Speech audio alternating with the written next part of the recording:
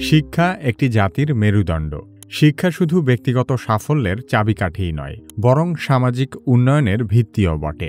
তবে বর্তমানে শিশুদের মধ্যে ব্যাপক হারে পড়ালেখার প্রতি আগ্রহ হারানোর প্রবণতা লক্ষ্য করা যাচ্ছে। বাচ্চাদেরকে পড়ার কথা বললে তারা অজুহাতের পাহাড় তৈরি করে, কিন্তু মোবাইল ফোন হাতে দিলেই যেন তারা এক নতুন জগতে ঢুকে যায়। ঘুম থেকে ওঠা থেকে শুরু করে রাতে ঘুমাতে যাওয়া পর্যন্ত স্মার্টফোনের স্ক্রিনই বাচ্চাদের সবচেয়ে ঘনিষ্ঠ সঙ্গী। পড়ালেখার প্রতি তীব্র অনীহা থাকলেও শিশুদের স্মার্টফোন আসক্তির মূল কারণ হল এতে থাকা নানা ইন্টারঅ্যাক্টিভ বিনোদন তাদের মনোযোগ ধরে রাখতে পারে, যা সাধারণত বই বা প্রচলিত শিক্ষা ব্যবস্থা দিতে পারে না। বর্তমান সময়ের শিশুরা কেন শিক্ষার প্রতি আগ্রহ হারাচ্ছে এবং উন্নত বিশ্বে শিশুদের কিভাবে শিক্ষা দেওয়া হয় সে সম্পর্কে আলোচনা করা হবে কি কেন কিভাবে এই পর্বে। আমাদের আজকের পর্বটি স্পন্সর করেছে দ্য রয়্যাল সায়েন্টিফিক পাবলিকেশনস। বিভিন্ন একাডেমিক সহায়ক বই থেকে শুরু করে শিশু কিশোরদের বিজ্ঞান মনস্ক করে গড়ে তুলতে রয়্যাল সায়েন্টিফিক পাবলিকেশনস বিজ্ঞানভিত্তিক বিভিন্ন ধরনের বই এবং ম্যাগাজিন প্রকাশ করে আসছে।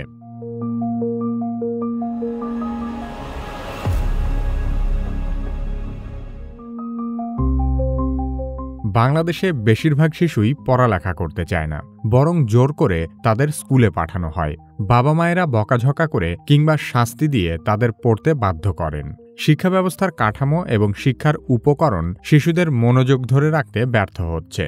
বিশেষত আদর্শলিপির মতো শিশু শিক্ষার প্রাথমিক বইগুলোতে এমন কঠিন, দুর্বোধ্য ও অপ্রয়োজনীয় শব্দ শেখানো হয় যা তাদের বয়স ও অভিজ্ঞতার সাথে একেবারেই সামঞ্জস্যপূর্ণ নয়। যেমন শিশুদের প্রথম বাক্যটি শেখানো হয় অতে অজগর, অজগরটি আসছে তেরে। তার মানে লেখাপড়া শুরুই করানো হয় ভয় দিয়ে।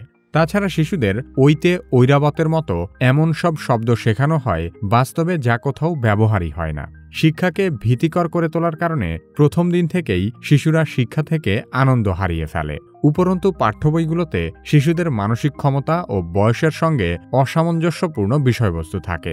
৩-৪ বছরের একটি শিশু সাধারণত ৪৫০টি পর্যন্ত শব্দ ধারণ করতে পারে, কিন্তু এই বয়সেই তাদের উপর অপ্রয়োজনীয় শব্দ ও পড়ালেখা চাপিয়ে দেওয়া হয়। সৃজনশীলতার অভাবপূর্ণ পাঠ্য বই শিশুদের জন্য শিক্ষাকে ক্লান্তিকর করে তোলে। শিক্ষার আনন্দ হারিয়ে যাওয়ায় শিশুদের মনোযোগ ধরে রাখা কঠিন হয়ে পড়ে। বাংলাদেশের ছোট্ট শিশুদেরকেও পরীক্ষায় ভালো করার জন্য এতটাই বেশি চাপ দেওয়া হয় যে তারা পড়ালেখাকে আনন্দের বদলে ভয়ের বিষয় হিসেবে দেখতে শুরু করে। বিদ্যালয় শিশুদের শারীরিক ও মানসিক বিকাশের জায়গা, কিন্তু ঢাকা শহরের অধিকাংশ স্কুলগুলোও এক একটি ফ্ল্যাট বাসায় গড়ে উঠেছে। শিশুদের বাসস্থান এবং তাদের স্কুলের পরিবেশের মধ্যে কোনো পার্থক্যই নেই। সেই সাথে স্কুলের পড়ালেখার বাড়তি চাপ এবং কোচিং সেন্টারের পর কোচিং সেন্টারে দৌড়াদৌড়ি তাদের খেলাধুলার সময় কেড়ে নিচ্ছে। এর ফলে শিশুরা একঘেয়ে হয়ে পড়ছে এবং পড়ালেখার প্রতি আগ্রহ হারাচ্ছে। সে কারণেই তারা স্মার্টফোনের স্ক্রিন পেলেই তাতে নানা ধরনের বিনোদনে বুঁদ হয়ে থাকে। অনেক শিক্ষক ও অভিভাবক শিশুরা কেন পড়ালেখা করতে চায় না তা অনুধাবন না করে তাদের বকাঝকা করেন বা শাস্তি দেন। এই ধরনের নেতিবাচক মনোভাব শিশুদের পড়ালেখার প্রতি আরও ভীতি এবং বিতৃষ্ণা তৈরি করে। বিশ্বের বিভিন্ন উন্নত দেশ তাদের শিশু শিক্ষাকে আনন্দদায়ক এবং কার্যকর করতে বিশেষ পদ্ধতি গ্রহণ করেছে। এর মধ্যে মন্টেসরি শিক্ষা পদ্ধতি, ফরেস্ট স্কুলস, ওয়ালডর্ফ এডুকেশন এবং সিঙ্গাপুরের শিক্ষা ব্যবস্থা উল্লেখযোগ্য। এই পদ্ধতিগুলো শুধু শেখার মান উন্নয়নেই নয়, বরং শিশুদের মানসিক, শারীরিক এবং সামাজিক বিকাশেও ভূমিকা রাখে। মন্টেসরি শিক্ষা পদ্ধতি একটি বিশেষ শিক্ষা ব্যবস্থা যা শিশুর স্বতন্ত্র বিকাশের উপর জোর দেয়। ১৯০৭ সালে ইতালির প্রথম নারী চিকিৎসক ডক্টর মারিয়া মন্টেসরি এই পদ্ধতি উদ্ভাবন করেছিলেন। মন্টেসরি পদ্ধতির মূল লক্ষ্য হল শিশুর শেখার প্রতি স্বাভাবিক আগ্রহ বজায় রাখা এবং তাদের স্বশিক্ষিত হওয়ার সুযোগ দেওয়া। এই পদ্ধতিতে শিশুদের ইন্দ্রিয় বিকাশের জন্য রঙিন ব্লক, জিওমেট্রিক শেপ কিংবা রঙিন বর্ণমালা ব্যবহার করে গাণিতিক ধারণাগুলোকে বাস্তব এবং স্পর্শযোগ্য করে তোলার মাধ্যমে শিশুকে তার নিজস্ব গতিতে শেখার সুযোগ দেওয়া হয়। মন্টেসরি শিক্ষা পদ্ধতিতে ৩ থেকে ৬ বছরের শিশুরা একসাথে শেখে। ফলে এটি ছোটদের শেখার পাশাপাশি বড়দের সহযোগিতা ও নেতৃত্বের গুণাবলী শেখায়। যুক্তরাষ্ট্র, যুক্তরাজ্য, কানাডা এবং জাপানের মতো দেশগুলোতে হাজার হাজার মন্টেসরি স্কুল রয়েছে। এই পদ্ধতি শুধু প্রাথমিক পর্যায়েই নয়, মাধ্যমিক ও উচ্চশিক্ষায়ও ব্যবহৃত হচ্ছে। ফরেস্ট স্কুলস এমন একটি শিক্ষা পদ্ধতি যা 1950-এর দশকে স্ক্যান্ডিনেভিয়া অঞ্চলে উদ্ভূত হয়। এটি শিশুদের প্রাকৃতিক পরিবেশে শেখার অভিজ্ঞতা অর্জনের সুযোগ দেয়। শিশুরা বন বা প্রাকৃতিক পরিবেশে হাতে কলমে কাজ করে শেখার মাধ্যমে তাদের ইন্দ্রিয় গঠনমূলক শিক্ষা পূর্ণতা পায়। প্রকৃতিতে বিভিন্ন চ্যালেঞ্জ মোকাবেলার মাধ্যমে শিশুরা আত্মবিশ্বাসী হয়ে ওঠে। সেই সাথে শিশুরা নিজেদের মতো কাজ করতে শেখে, যা তাদের স্বাধীনতা ও দায়িত্ববোধ বাড়িয়ে দেয় এবং শিশুদের শারীরিক ও মানসিক স্বাস্থ্যেরও উন্নতি ঘটে। ওয়ালডর্ফ এডুকেশন ব্যবস্থা রুডলফ স্টেইনার 1919 সালে জার্মানিতে প্রবর্তন করেন। এর মাধ্যমে শিশুদের সৃজনশীলতা, নৈতিকতা এবং মানসিক বিকাশের উপর জোর দেওয়া হয়। শিশুদের কল্পনাশক্তি বিকাশের জন্য গল্প বলার মাধ্যমে শেখানো হয়।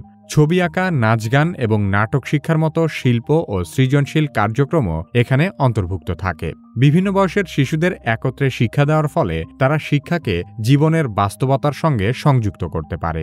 যুক্তরাষ্ট্র, জার্মানি এবং জাপানের মতো উন্নত দেশ ছাড়াও বিশ্বব্যাপী 1000-এরও বেশি ওয়ালডর্ফ স্কুল রয়েছে। এই স্কুলগুলোতে পরীক্ষার চাপ একেবারেই কম থাকে এবং শিশুদের শেখার প্রক্রিয়াকে আনন্দদায়ক করে তোলাই মুখ্য হিসেবে বিবেচনা করা হয়। সিঙ্গাপুরের শিক্ষা ব্যবস্থা বিশ্বের অন্যতম সফল মডেল হিসেবে বিবেচিত হয়। এটি শিশুর দক্ষতা এবং শেখার প্রক্রিয়াকে সর্বোচ্চ গুরুত্ব দেয়। এই শিক্ষা ব্যবস্থার মূল উদ্দেশ্য হল শিশুদেরকে বাস্তব জীবনের সমস্যা সমাধান করতে পারার মতো দক্ষ করে গড়ে তোলা। শিশুরা ক্লাসরুমে ট্যাবলেট, ইন্টারঅ্যাক্টিভ বোর্ড এবং অনলাইন শিক্ষা মাধ্যমের মতো সকল সেরা প্রযুক্তির সর্বোচ্চ ব্যবহার করে। এখানে পরীক্ষাভিত্তিক মূল্যায়ন থাকলেও মানসিক চাপ কমানোর উপায় হিসেবে সৃজনশীল কার্যক্রমকে অন্তর্ভুক্ত করা হয়। সমস্যা সমাধান এবং গাণিতিক চর্চায় তাদের দক্ষতা সারা বিশ্বে প্রশংসিত। সব মিলিয়ে সিঙ্গাপুরের শিশুরা আন্তর্জাতিক শিক্ষার মানদণ্ডে সর্বোচ্চ অবস্থানে রয়েছে। তবে সিঙ্গাপুরের সফলতার মূল চাবিকাঠি হল শিক্ষকদের প্রশিক্ষণে বড় মাপের বিনিয়োগ করা। কারণ শিক্ষকরা দক্ষ না হলে যত উন্নত শিক্ষা ব্যবস্থাই হোক না কেন, তা শিশুদের মধ্যে সফলভাবে প্রতিস্থাপন করা সম্ভব হবে না। সিঙ্গাপুরের ministry of education learn for life নামে একটি উদ্যোগ চালু করেছে, যেখানে শিশুদের শিক্ষাকে ভবিষ্যতের জন্য প্রস্তুতির অংশ হিসেবে দেখা হয়। শিশুদেরকে ছোটবেলা থেকে দায়িত্বশীল করে গড়ে তোলার আরেকটি কার্যকরী উপায় হল ইমোশন কোচিং। ইমোশন কোচিং হল শিশুদের আবেগ এবং সামাজিক দক্ষতা বিকাশের একটি পদ্ধতি। কানাডার স্কুলগুলোতে ইমোশন কোচিংয়ের মাধ্যমে শিশুদের আবেগ চিহ্নিত করতে এবং তা নিয়ন্ত্রণ করতে শেখানো হয়। তবে অনেক ক্ষেত্রেই এ ধরনের উন্নত পদ্ধতির নামে ছেলেবেলা থেকেই শিশুদের মস্তিষ্কে এলজিবিটি বা সমকামিতার মতো ভয়াবহ সামাজিক ব্যাধির বীজ বপন করে দেওয়া হয়। উন্নত বিশ্বের মতো শিক্ষা ব্যবস্থা অর্জনের জন্য শিক্ষা খাতে বিপুল পরিমাণ বিনিয়োগের দরকার, যা সরকারি পৃষ্ঠপোষকতা ছাড়া সম্ভব নয়। তবে বাংলাদেশের পিতামাতারা নিজেরা খানিকটা সচেতন হয়েও তাদের সন্তানদেরকে নিজ চেষ্টায় একটি উন্নত শিক্ষার ব্যবস্থা করতে পারেন। শিশুদের পাঠদান পদ্ধতিকে তাদের ধারণ ক্ষমতা অনুসারে মানানসই ও আনন্দদায়ক করতে যুক্তরাজ্যের কেমব্রিজ এবং এডিনবার্গ বিশ্ববিদ্যালয়ের সাথে চিলড্রেন্স লিটারেসি ইনিশিয়েটিভের মতো বেশ কিছু প্রতিষ্ঠান শিশুদের খেলার ছলে শিক্ষা দেওয়ার বিষয়ে উন্নত গবেষণা করে যাচ্ছে। এসব গবেষণায় প্রাপ্ত পদ্ধতিগুলো বাংলাদেশের শিশুদের জন্য প্রয়োগ করে শিশু শিক্ষাকে আরও প্রাণবন্ত, আনন্দদায়ক ও কার্যকর করতে বাংলাদেশে কাজ করে যাচ্ছে দ্য রয়্যাল সায়েন্টিফিক পাবলিকেশনস। ইতোমধ্যেই তারা শিশুদের জন্য অসাধারণ কিছু বই প্রকাশ করেছে, যা বাজারের গতানুগতিক শিশুতোষ বই থেকে অনেকটাই ভিন্ন। যেমন সংখ্যা নিয়ে খেলা ও প্লে উইথ নাম্বারস বই দুটিতে রঙিন ছবির মাধ্যমে যোগ-বিয়োগ শেখানো এবং ছবিতে আঁকাআঁকির মাধ্যমে যোগ-বিয়োগ নিয়ে খেলার মতো পদ্ধতির সন্নিবেশ ঘটানো হয়েছে। অপোজিট ওয়ার্ড বইটিতে বিপরীত শব্দ চিত্রায়িত করার মাধ্যমে শিশুদের প্রয়োজনীয় ভোকাবুলারি শেখানো হয়েছে।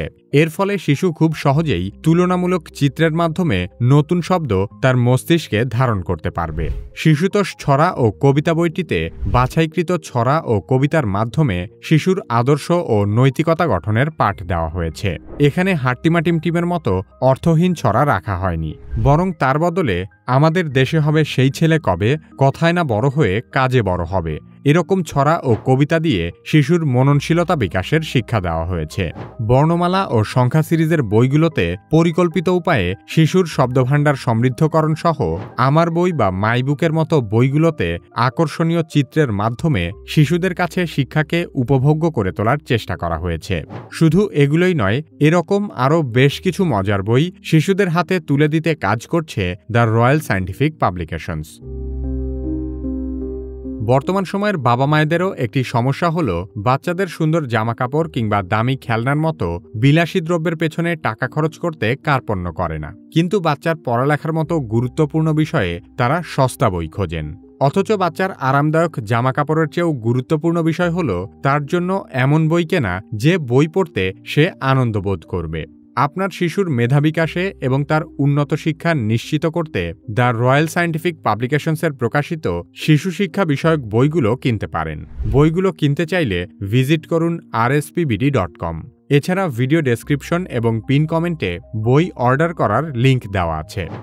কিভাবে 10 কুপন কোডটি ব্যবহার করলে শিশু শিক্ষার বই ছাড়াও ওয়েবসাইটের সকল বইয়ের উপর পাবেন 10% ডিসকাউন্ট। আমাদের ভিডিওগুলো ফেসবুকে দেখতে চাইলে কিভাবে ফেসবুক পেজ লাইক এবং ফলো করুন। পরবর্তী ভিডিও আপলোড হওয়ার সাথে সাথে দেখতে চাইলে কিভাবে সাবস্ক্রাইব করে বেল আইকনটিতে ক্লিক করুন।